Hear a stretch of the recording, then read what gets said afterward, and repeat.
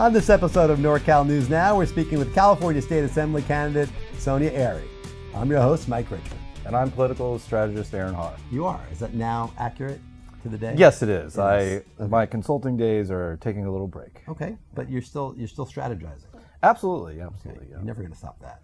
When you lose enough elections like I have, stop. Come on, you man. know, Come on. you move into 3-1 in the primary, but yeah, taking a little break, taking the temperature of things, and I'd like to sit back, and there's just too many races to watch, and there's too much to do locally. So it's superstition time, Mike. We're not cutting our hair. Don't change your socks. We need to win this in November, and we need everybody to get out there and vote. And are you looking forward to an October surprise? Another Saturday massacre? You never know. Absolutely. I think there's some people that times are numbered here, and I think stay tuned. Yes, I think staying tuned is always a good idea. Absolutely. All right, well, let's get to our guest because we got a good one on the show for you today. Our guest on today's show is a Chico-based small business owner who also sits on the boards of the North Valley Housing Trust as well as Catalyst Domestic Violence Services. Now she's running for a California State Assembly seat representing District 3. Sonia Aery, welcome to NorCal News Now. Hey. How are you? Thank you so much. I'm great. How are you guys doing? We're doing great. Great. It's really good to have you with us today. Thanks for we've having been me. wanting I to have you appreciate on it. for a while. So Yeah. glad to get you on and talk to Me you. too. And thanks for that little cameo we had you on election night, on the primary night. We had you on there. That was fun to see you there. Yeah, I think I was able to talk to Ben Yeah. for like 2 minutes, It and then wasn't much, something I big know. happened, and it was really exciting. And Well, those are rich nights. that's how it goes. Yeah. Right. All right. Well, maybe you can start. You could tell us a little bit, and maybe educate me too. Tell us a little bit about explaining to the audience a little bit about the parameters of District 3, not only geographically, but in terms of the demographics of the district as well that you're running. Yeah, absolutely. So I get this question a lot, actually. So what is Assembly District 3? So Assembly District 3 is made up of 6 counties, or most of 6 counties. So it's Butte County, Colusa, Glenn, Sutter, Tehama, and Yuba. So it's our 6 counties. It's a really large assembly district. I think the further north we get, they get larger. But so we've got let's see, it's like 65% white, 22% Latino, and then everyone else is kind of mixed in there. The one really interesting thing that I found out is that 43% of our assembly district makes $19,000 or less. Wow. Annually. Wow. So we're a very poor rural district, but I think we've had this kind of tremendous energy over the last couple of years over hopefully getting out the vote. Certainly, people are activated or engaged. So we'll see how things go, but it's a really interesting district. About 38% Republican, 32%, 33% Democrat, and then the rest are no party preference. So that's a pretty big gap there. Almost a third. Yeah, almost. Yeah, pretty close. So it's been really interesting to get to talk to people and figure out kind of where they're at and what they're thinking. And well, Sonia, you're one of many women who are running for office here in this cycle, and you're one of many women who are running for office for the first time, which is interesting. So, what made you, in particular, want to take that step, make the leap into electoral politics? So, since the election, or since a little bit before the election, I'd been getting more and more involved locally with various causes that I was really interested in and really passionate about. One of which was the board involvement that I have, and I kind of kept getting more and more clear that all of that was not going to be impactful in the way that, on a policy level. So I get more involved. I participated in the 2017 Women's March in Sacramento. In 2018, this year, I ended up haphazardly becoming the one of the MCs for the Chico Women's March, which was incredible. But it was like, oh, okay, I guess I'm going to be on stage. Cool. But I remember, being on stage and like talking to this crowd of like 3,000 or 4,000 people and saying, look, all this marching and all the chanting and the protesting, it's great, but it's not going to get us anywhere unless we actually get out the vote and take action. And I'm saying this, and I'm like, oh, Sonia, you gotta, you gotta get more involved yourself. And so, I looked around for some opportunities and found out that nobody was running against my opponent at the assembly level. And I thought, I've got a degree, I've got a couple of degrees. I've got, I'm a small business owner. I think I can actually do this. The boards you're sit on. Yeah. So I have a degree from UC Davis in community and regional development and a master's degree in city and regional planning. And so I think both of those combined. That qualifies you to. Yeah, I would say so. I think so. I would say so. And then I've had almost 3 years now of owning my business, and and I grew up in the North State. I've lived in this district my entire life, and I thought, hey, I'm going to give this a shot and see if the majority of people in the district agree with me that we need some change. And the story you're telling there is one that we've heard a lot, kind of throughout the country, where people are rising up to take on many times incumbents that have run unopposed in the past. Right. And it seems to me, maybe you would know better than I, it seems to me that's happening more, Democrats doing it to Republicans rather than the other way around. That's true. That most of these districts are ones in which Republicans generally would run unopposed, and now we see many women, in fact, coming up and running against those incumbents. Yeah. It's an uphill battle. I mean, in many cases, incumbents have advantages. But totally. So what do you feel about the process now that you've gone through it? You've gone through the primary. I mean, how do you feel the race stands now? Yeah, it's definitely an uphill battle. Yeah. But I've been really encouraged by the fact that there are so many people who are declined to state, no party preference, and the conversations that I've had on the ground when I'm out canvassing or talking to voters.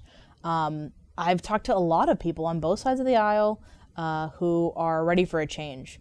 And that's been pretty exciting, is like actually talking to Republicans and saying, look, I'm so done with this. This is just completely ridiculous. I don't like the way the party's going, and you have my vote. And that's been pretty exciting. I'm not counting on that, but yeah. And I mean, the other thing I would say is that, I've said multiple times, like I'm not trying to say to anybody, vote for me because I'm a woman.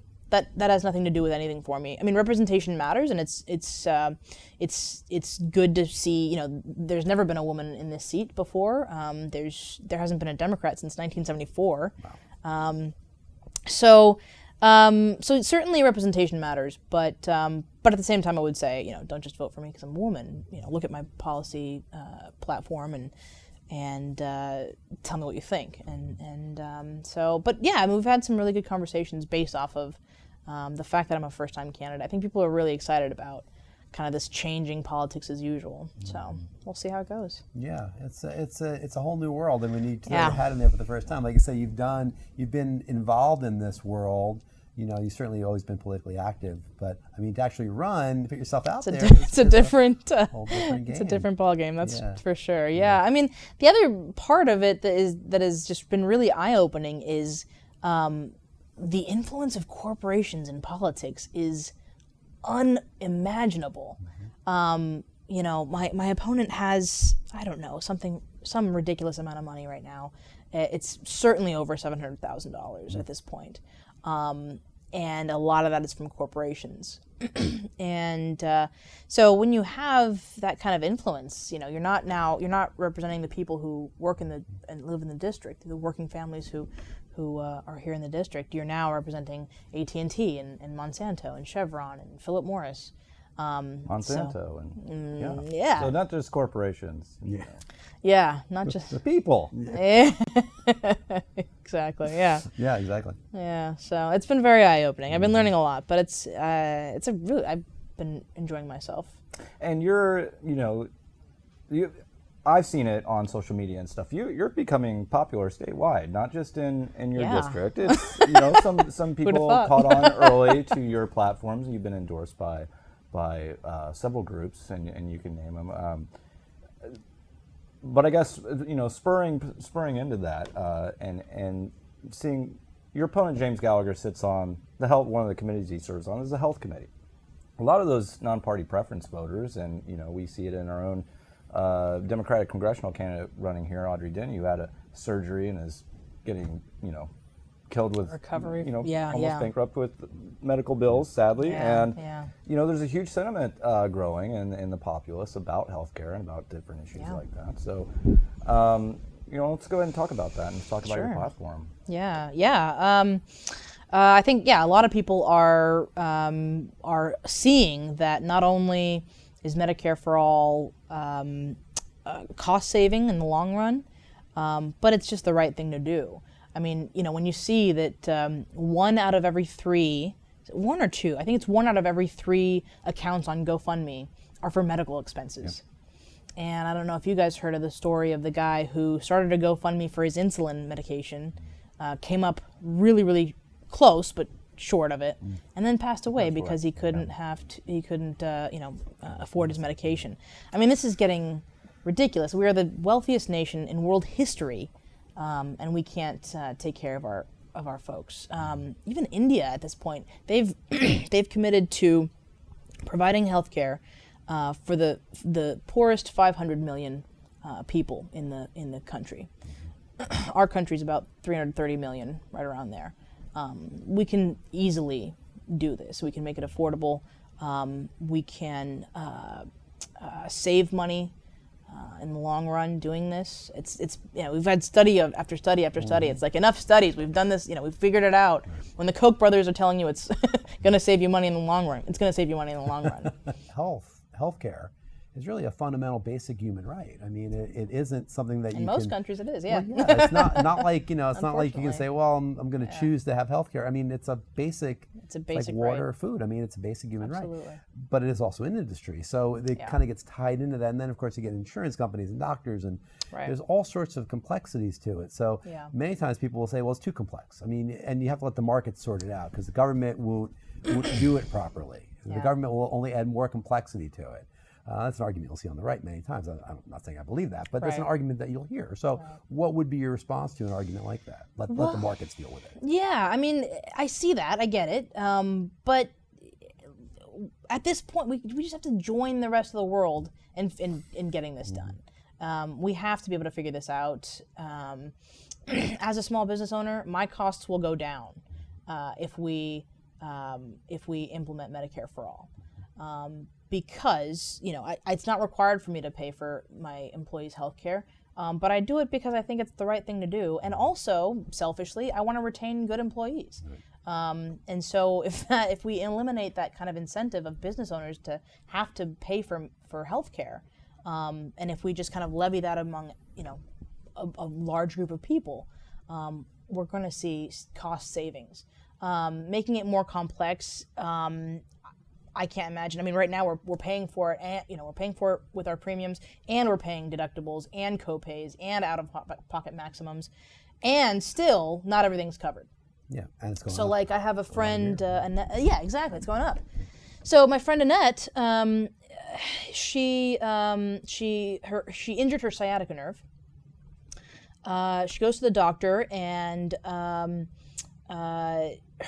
so she gets the treatment. And then finds out that Medi-Cal does not cover physical therapy. So she has Medicare, but she doesn't have the coverage that she needs. Medicare will pay for 80% of it. She has to pay for the rest of it.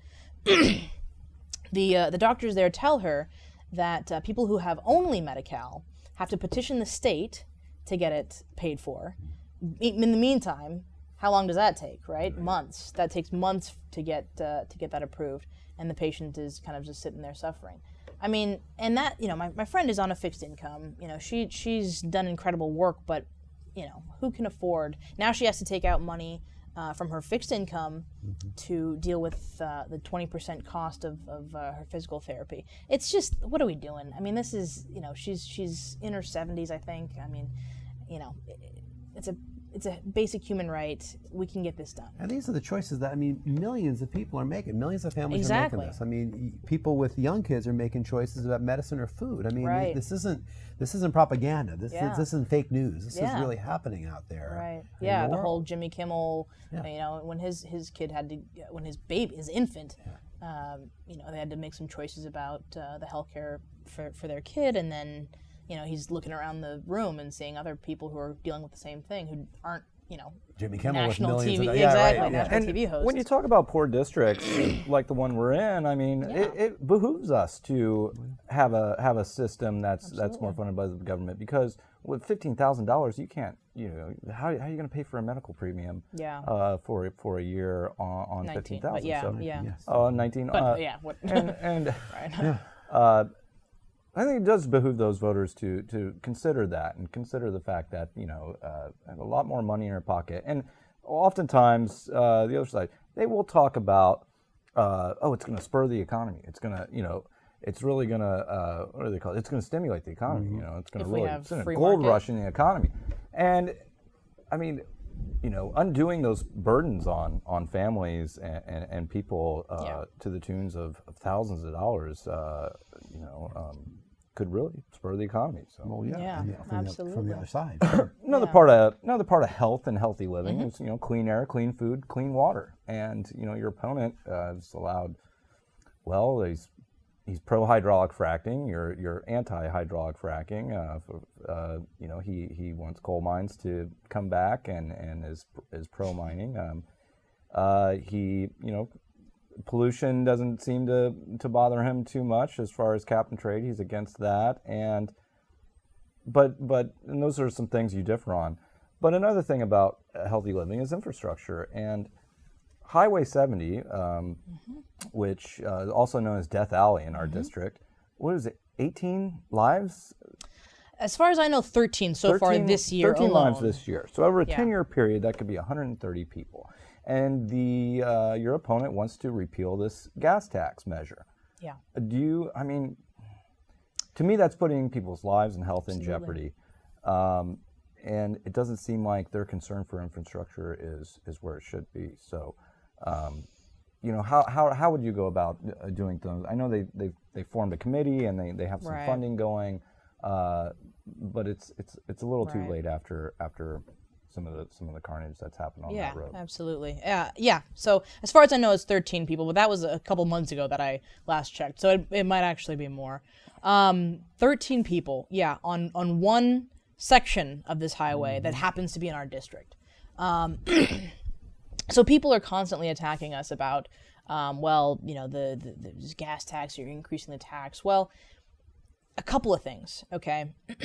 For one thing, Prop 69 has made sure that the revenue from that goes directly toward transportation infrastructure improvements. Now, of course, some of that is going to go to salaries, because typically when people work, we pay them. But most of it is going directly toward transportation infrastructure improvement. The other thing is that funding things like public transit, like mass transit, that's going to be one of the aspects of where the revenue is going as well. The fact that we're so car dependent in this country in particular, if Prop 6 passes, we will essentially be subsidizing fossil fuels, because we will be we haven't increased the gas tax since 1994. At that point, when we haven't, it's been over 20 years at this point. It's weird to think of 94 as that long ago, but at this point, companies like Chevron and BP, they're happy to fund the Yes on 6 campaign. Of course they are. They don't want us to have to regulate that a little more.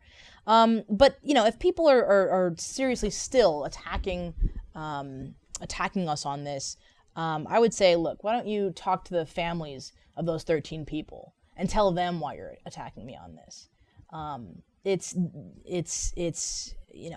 the right thing to do at this point. Well, I'm sorry. Go ahead, Aaron. Yeah, I was to say, James and Senator Nielsen on this issue, they'll say, well, nobody calls my office to say they want their taxes raised. Yeah. But we talk about freedom with responsibility, and There's I rights mean, and there's a lot of people responsibilities, calling yes. their office to get that road fixed. So There you go. and it seems like these problems exist in their districts, and they know about them, and then when it gets to a point, they will turn and blame the state leadership, and not really hold any accountability with the district that they're running. And Oroville Dam is another one that I see.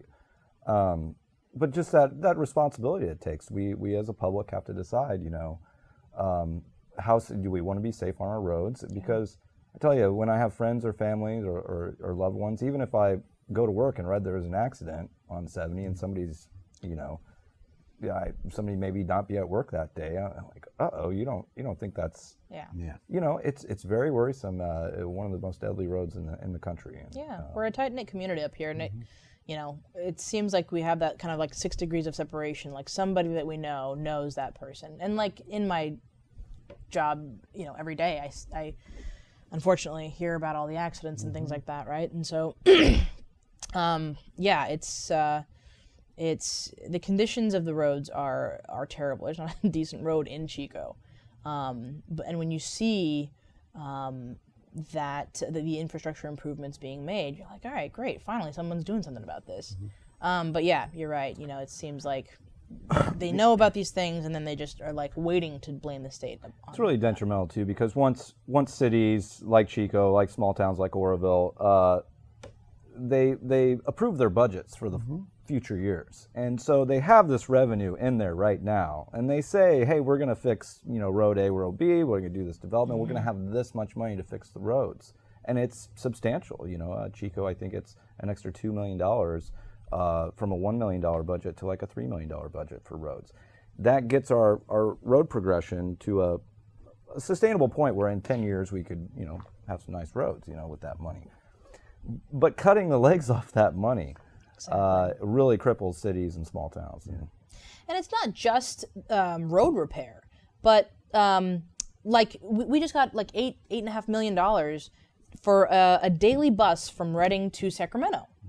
And that's going to really improve access to Sacramento. Right now, we have like one train that goes from Chico to Sacramento. I figured this out. It leaves at 4 in the morning. It's a weird time, yeah. And if you miss it, you're done for the 24 hours. So increasing access for us to Sacramento is going to be really good in terms of jobs, in terms of people being able to visit their families, going to different colleges and things like that.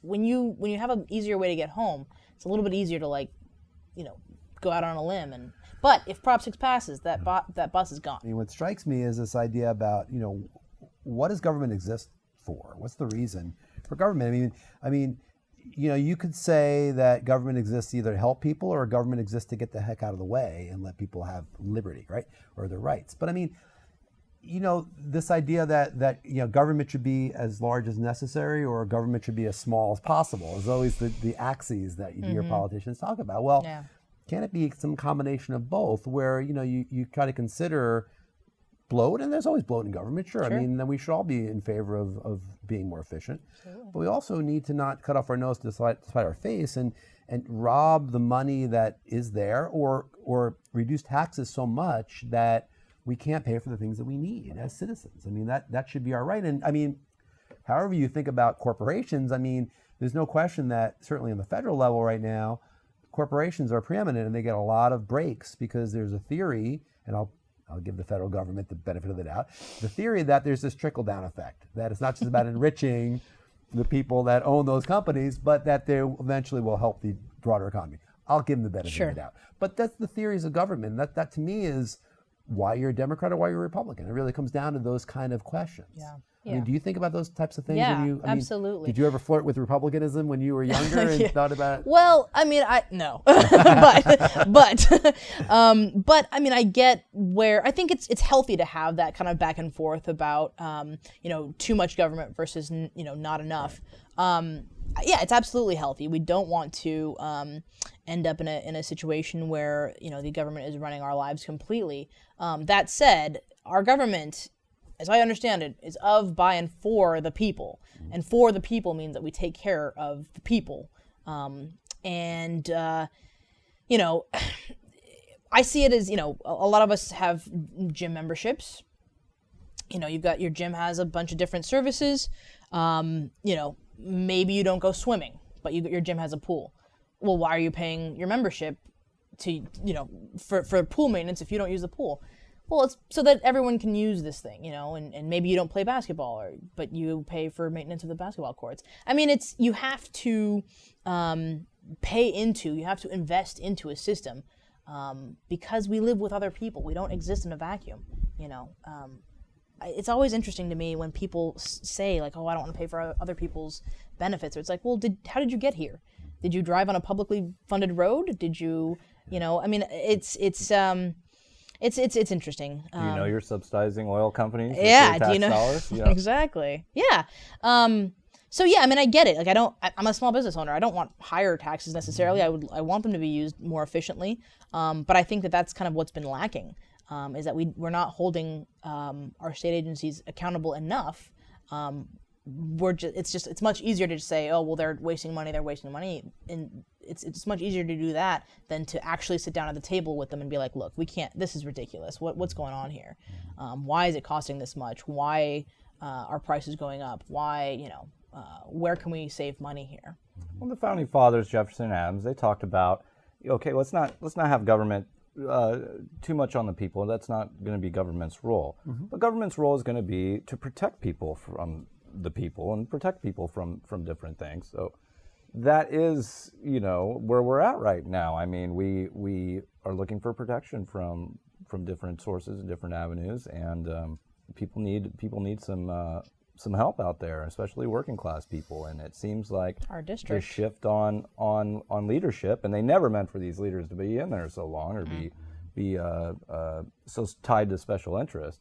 But we're hoping that there's a shift coming up, where working class people will be able to, have a better life for their families and have a little bit of leeway on what they're doing. Well, the other thing is, this is California. We're citizens of the United States, but we're citizens of California, and in theory, the voters of California support a more progressive understanding of government's role, a more expanded version of government's role, and it's been that way for my whole lifetime. I haven't been in California my whole life, but it seems like it's been that way for as long as I know of California. We did have a Republican governor. We did. The longer you have one leadership, the closer you are to having another. So there is some sentiment right now against the government, point, and Well, actually, that's a good point, because I didn't intend to ask you this at this juncture of the interview, but I'll ask it for you now because it's interesting. Looking at the Newsom-Cox gubernatorial race. Two very different visions for California, to be frank. So, if you could, obviously, I'm sure I know where your head is at on this, but looking at what you were projecting that race and which administration you would rather work with and how you would work with either of them, what would be some of your thoughts about what a Cox versus a Newsom administration would look like? Yeah, either one is going to be interesting. I think our next governor is going to be Gavin Newsom. And I would welcome working with him. He's had some really progressive ideas. I was really appreciative, when he was marrying same-sex couples before we had marriage equality. I think it would be good for the state to have Gavin Newsom as our governor. Did you support him in the primaries? I did. Oh wait, the primaries. Ooh, no. What did I vote for in the primary? What did I vote for in the primary? I think it was Harris John Hildebrand? Chang. I think I voted for John Chang. John Chang. There was a lot of good It was a candidates. good. I mean, it was tough. really tough. That was Yeah. good. Yeah. It was a very. We had Delane Easton on the show too. She was great. We always liked Delane. But yeah, a lot Yeah, of good Delane was people. great too. It was a really hard choice, Yeah. genuinely. Yeah. But But you're going to be happy to pull the lever for Nixon, obviously, absolutely, in November. Yeah, absolutely. A month and a half or so. Yeah. But if it was a Cox administration, obviously it would be very different. Well, And how much? I mean, I don't need, maybe I need some education. I mean, how much does the assembly? How closely do you work, Do we work with the the governor? and how does the governor make that agenda, or do you guys make the agenda? What is that? it's yeah, that's a good point. I think it's probably more by the party, honestly. The parties seem to have the most ability to set agendas and things like that, and say, all right, this is what we're going to focus on. Unfortunately, so yeah, Cox administration. I think that'd be tough. I guess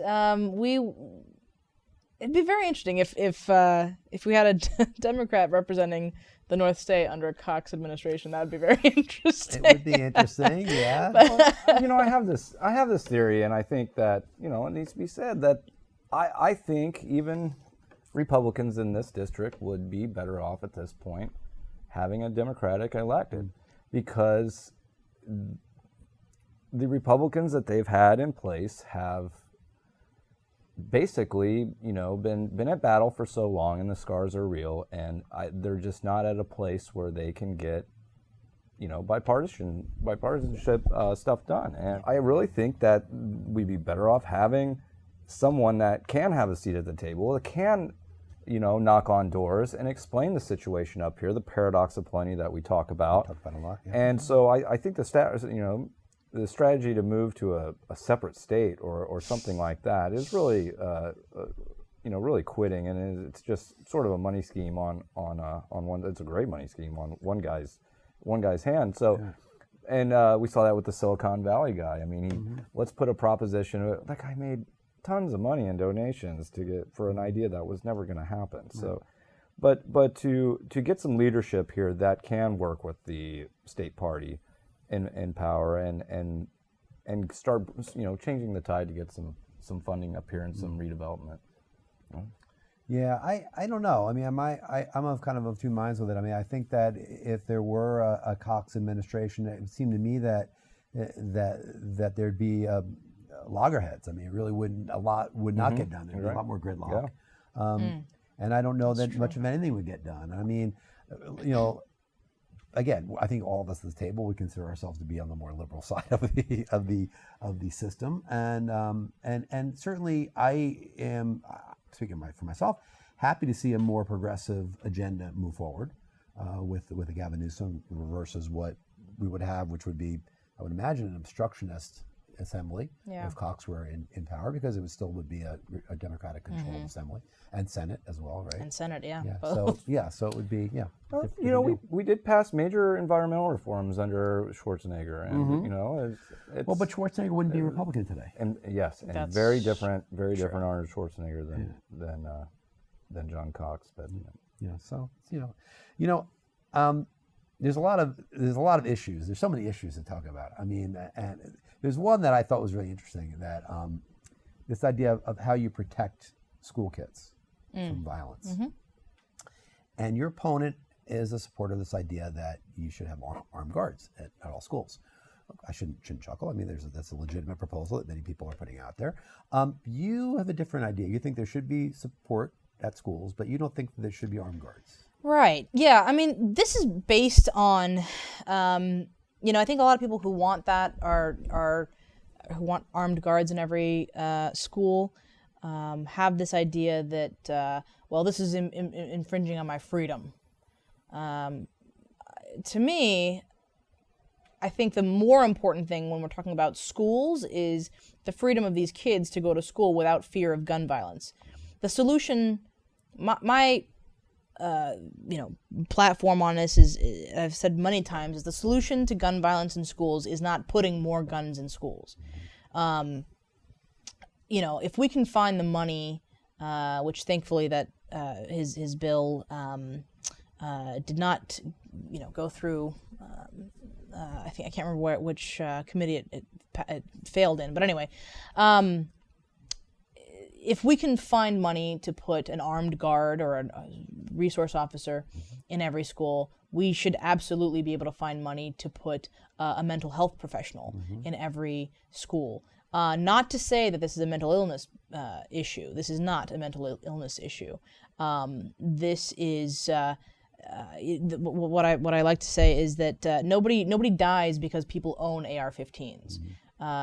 People die. Sorry, nobody dies because people don't own AR-15s. People die because a guy or a kid with an anger issue owns an AR-15. That's right. We've seen study after study that shows that having armed resource officers does not prevent school shootings. Maybe after a couple people get hurt, you can stop one, but to actually prevent kids, kind of losing it in class or in school,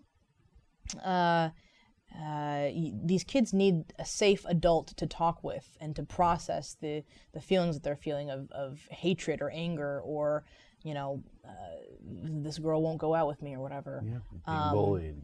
Yeah, being bullied.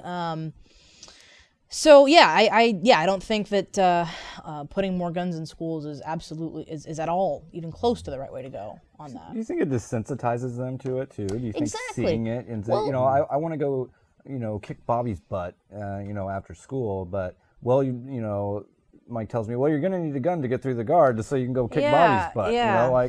And it almost desensitizes it, whether it's video game culture or whatever. It almost thinks that maybe something a backlash at a school would happen, but then a backlash at a school with a guy with a gun would be different. I mean, if the kid is mad at the resource officer, especially. Yep.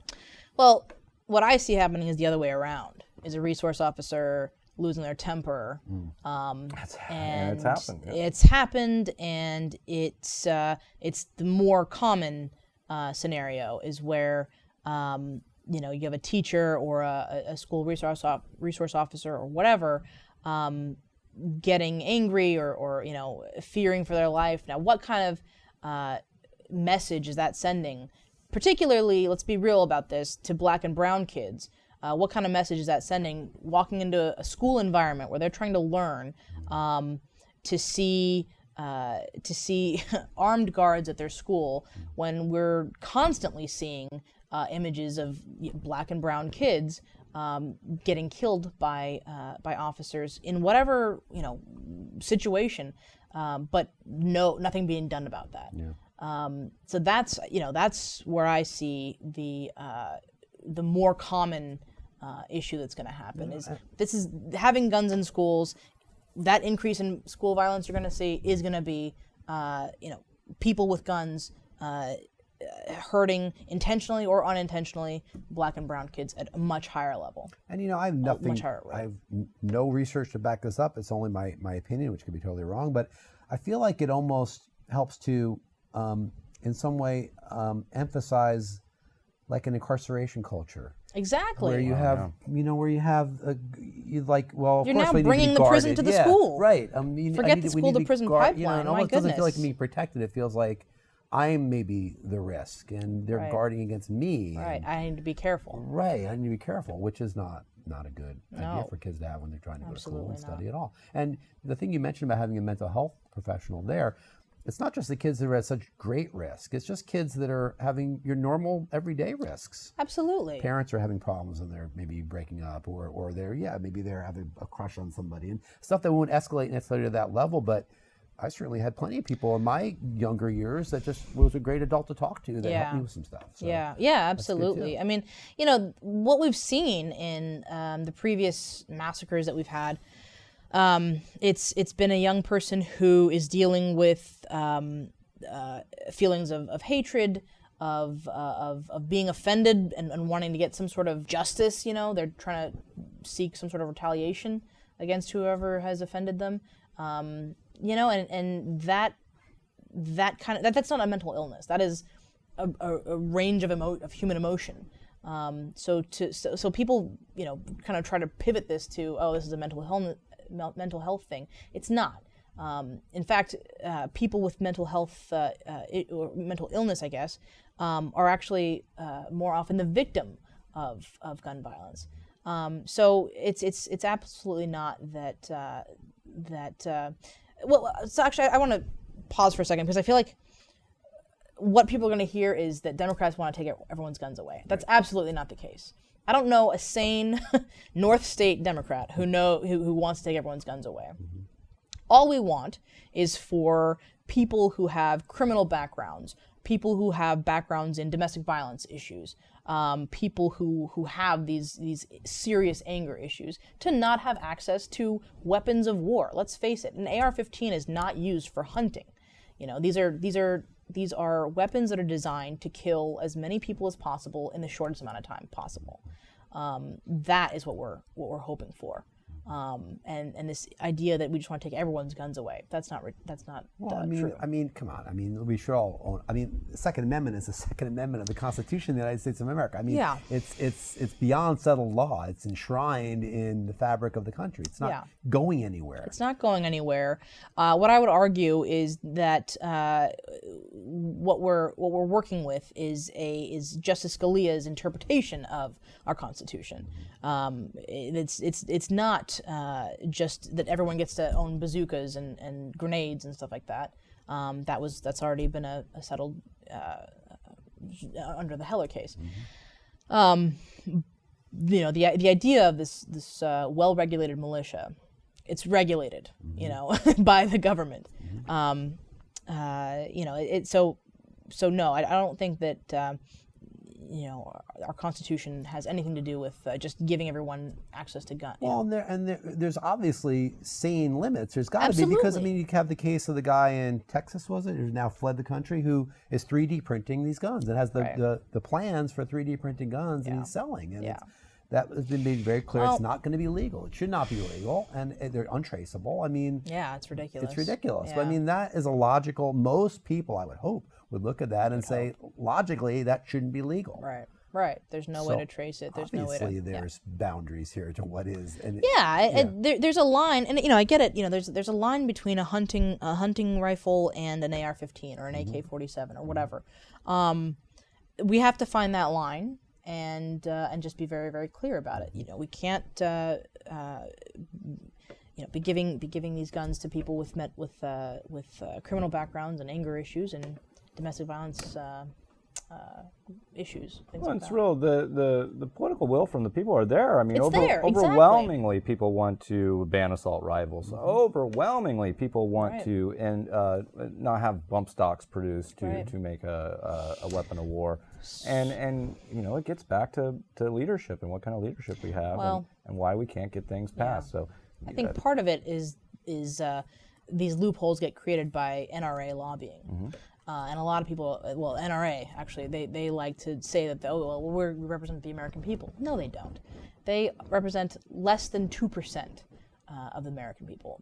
Like you said, overwhelmingly. Manufacturers manufacture and produce. Of course, exactly. Sell, yeah, and those 2% of them, exactly. Yeah, exactly. Part of it is the leadership, but I think a lot of it is NRA lobbying. And terrible how low they've gone to, where they've creating the rhetoric under Obama to increase gun sales, and then really doubling down to almost a fierce society against liberals. They seem to be doing everything they can to look as evil as possible. I mean, with these really menacing commercials and Dana Loesch is just very dressed dangerous. all in black. It was a different organization when I was growing up. Yeah. And I think I think that's a lot of people feel the same way. Well, I mean, it's one of those issues. There are several fault line issues in the country today that really expose the difference in how people believe the government should function. And this is one of those issues about rights and responsibilities you alluded to before, is that, many times people, especially on the right, and I hate to keep on harping on this division, but many times people on the right will want to only look at rights. The government exists to ensure my rights. Okay, it does, but you also have responsibility as a citizen of the country to do things like pay your taxes, to use your guns if you're going to safely within the limits of the law. And that part of the responsibility is oftentimes just washed away like it doesn't count. But that's a really important part of being a citizen, is taking responsibility of being a citizen in the country, running for office, voting. Those are all things that are responsibilities. Let me ask you about another issue, because I think this is obviously an important one we haven't gotten to yet, is the issue of homelessness. Yes. And the housing crisis. I mean, they're really intricately entwined together. It's an issue statewide. I mean, it's statewide. Every election in the state that we've talked to people, this is a front and center issue, and the reason is because it's a crisis across the state, across the country. I mean, really. Right. So what do you do with that? How do you look at the issue? How do you propose solutions to it? And again, homelessness and the housing crisis, because they're really twinned together very much. Yeah, absolutely. So I worked in the housing, the affordable housing world for a couple of years, and I've been a housing advocate since then. So housing is really complex in California, and we need kind of a multi-tier solution to it. The way I see it is kind of short, medium, and long term. In the short term, I think we can provide immediate relief by passing Prop 10, which a lot of people consider the rent control bill, or the rent control proposition.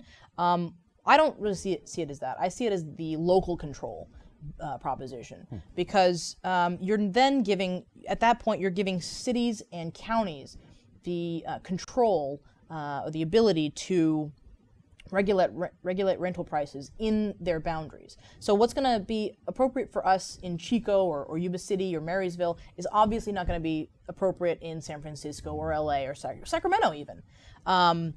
So that would be immediately, that would be kind of my short-term solution. We know that policies like that don't work unless we provide incentives to developers. Just across the board. So what I would do is work with cities and counties to remove some of that red tape that not only hinders development in general, but it also really impacts the diversity of our housing stock. So something I tell a lot of people is a single family home is not right for every family. We have to have more, condos and apartments and things like that. And when you incentivize that kind of development, if there's a market for it, affordable developers will build it. I've been talking with hearing from the folks doing Merriam Park right now, and they're doing some really interesting things around housing because it's affordable to do. So anyway, we'll get into that, but so that's kind of like the short and medium term. Long term, what happened in 2008, right? Was after that period, there was like this mass exodus from the building trades, and a lot of those people didn't go back, and so now we have this labor shortage in the building trades, which obviously directly impacts our ability to produce affordable housing, or housing at all, really. So if we can reprioritize career technical education, build up the labor force in the building trades, we can make it more feasible for developers to get back into producing at a higher rate than what we've been producing now.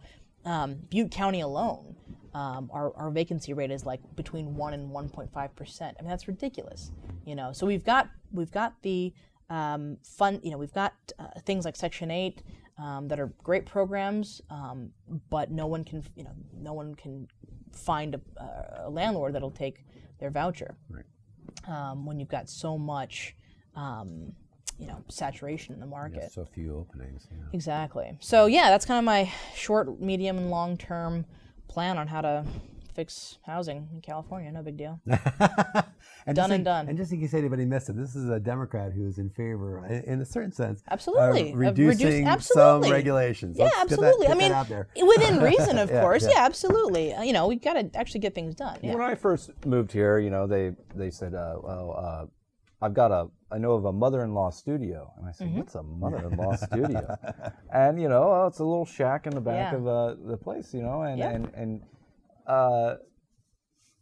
it was cheap. It wasn't. It works. It was a nice place for just me and my dog, and By the way, you should move out of there finally. It propelled me to having. I mean, it was really the only way I could afford any sort of temporary housing, and in that it did propel me over the years into permanent housing, and so those things really work. There's like you said, there's a real shortage of stock on them, and the city years ago, increased permits and made it a little tougher for mother-in-laws to be built. And I will say the fires are not helping the situation. Right. We get more people displaced from the fires and needing places. So, a shelter crisis. If a shelter crisis is declared, they can relax these rules, these regulations, these permits, these fees, and is that's something that you'd like to see cities in there. Some cities have. Oroville has. Chico hasn't. I think Gridley has. Yes. Yeah, and already trying to get that funding, to do some of those things, and then have the cities have the freedom of relaxing some of those regulations and getting some people into shelter. Yeah, and I mean, I think there's also a role not just for the really big developers, but for kind of this incremental development where you have more infill, where you have maybe just a lot that's a couple thousand square feet to put in a fourplex instead of a single family home, or a sixplex even. Those things are a much more efficient way of building higher density homes in our North State in particular, but they don't cost a whole lot more to build, which is the bottom line, really. Yeah. Everything we're talking about here is real, because these are issues that affect real people who are trying to get into these homes. I mean, you talk about 1% open rate availability. It's unbelievable. Trying to move here and try to find a place. But think about what that does. I mean, it just pushes everything down. It pushes everything further down, and people who are trying to get in at the very bottom are not going to be able to, because people that should be a level up are trying to get those same houses. Right. So it really creates a big kind of backlog of availability. So I'm glad to hear that you are proposing to help those builders, incentivize them a little bit to do that. Makes good business sense. Yeah, I mean, it's within reason, of course. We're not going to, bulldoze people's houses or whatever. But yeah, I mean, yeah. But make it worth their while and create the stock that we need to have people be able to live affordably. That makes I think a lot of these issues, I'll say, are not really partisan issues. Right. It's just. Yeah. Because I have a D next to my name, it becomes a partisan thing. Yeah. It's unfortunate. And I mean, are you the Democrat by name only? I mean, that's a phrase that goes around a little bit, but there's a lot of things critical of leadership in the Democratic Party. Absolutely, and some of the things that go on there. Yeah. But, Absolutely. There's a lot of stuff that I don't agree with the Democratic Party on, and part of it is to have to be viable in races like this, you have to participate the way that our infrastructure is set up, our election infrastructure is set up, unfortunately. But that said, I think it's healthy even within the party to have that kind of disagreement and conversation, and doesn't mean that I disrespect anybody or anything like that, but disagreement and really seeing what people's actions are for what they are, and not just the intentions. Road to hell is paved with good intentions, right? So, I there's a lot of things that I disagree with the party on. Particularly, there was a bill, I don't know what the status of it at the moment is, but to increase the corporate donations, basically, in California. I absolutely disagree with that. I mean, that's what I'm trying to do, is get corporate money out of politics. And it's really unfortunate. The DNC voted to accept fossil fuel donations as well. And that was really disappointing to me in particular. I mean, my goodness, we're in the North State, on fire all the time. Although, we've got, I think we've got 100% containment of everything so far. Well, we have a couple minutes left, but before we go, I want to ask this question. I think this is an important one. So your parents were immigrants, as I understand from your bio. So I'm sure this national debate that's going on right now around immigration has been going on for a few years now. It strikes close to home to you. For a lot of us, I mean, I think that there's no question about the value of immigrants and immigration to the country. It's a net benefit to the United States. I think it's unquestioned, but not everybody believes that. So, you meet people, I'm sure here, and I think there's a lot of constituents here in the North State who don't believe that that's true. Yeah. So do you fall into conversations about immigration reform and have to convince people about that immigrants are really a net good for our country? How does that conversation go? Yeah, I have a lot of conversations. They don't go very well. I think people are pretty set in their ways on this. The conversations, I try to talk to folks and say, look, undocumented immigrants contribute millions upon millions of dollars to our economy, and they benefit not at all from any of it. They aren't eligible for Social Security, any kind of welfare, SNAP benefits, things like that. They're not eligible for any of that. And for some reason, there's this myth that people are able to use those benefits. Yeah. If you don't have a Social Security number, you don't have access to those benefits. And on top, forget benefits, but you don't have access to a lot of other things. Like it's harder to get a bank account at some places. It's harder to get things like life insurance in some cases. So that idea of financial stability is a lot harder for folks who are undocumented. I mean, it's sad to see the issue become politicized because again, it's not a D or R issue. Yeah, it's not. I think people are the people who are anti-immigrant are anti-crime, which I think is most people, but they have been fed this lie, I guess, by their media or whatever, that all people who come here undocumented are criminals and they're bringing crime, and like we saw that a couple of years ago. It was a big part of the presidential election. But that's simply not true. We see that crime rates among undocumented people are much lower than our general population. It's not helping anybody. It's not making us safer to rip a mother of three in Marysville from her kids. It's not making us safer to rip an Indian guy in Yuba City. Also got deported because of this. It's not making us any safer. It's breaking our communities apart, and I wish people would understand that. But I think right now, with how biased and divided things are, it's unfortunate. Yeah, it's really upsetting. Those aren't American values, and exactly. I didn't think they were Republican values. I agree with you. I thought they were the party of family values, and it's something that really is really getting people's goat right now, and it's heart-wrenching to communities too when you lose grocery store owners and different things that have been in the community for years, and it's really destroying families and communities. You know what it is? It's what I read in a tweet the other day in big block letters with an exclamation point. Sad.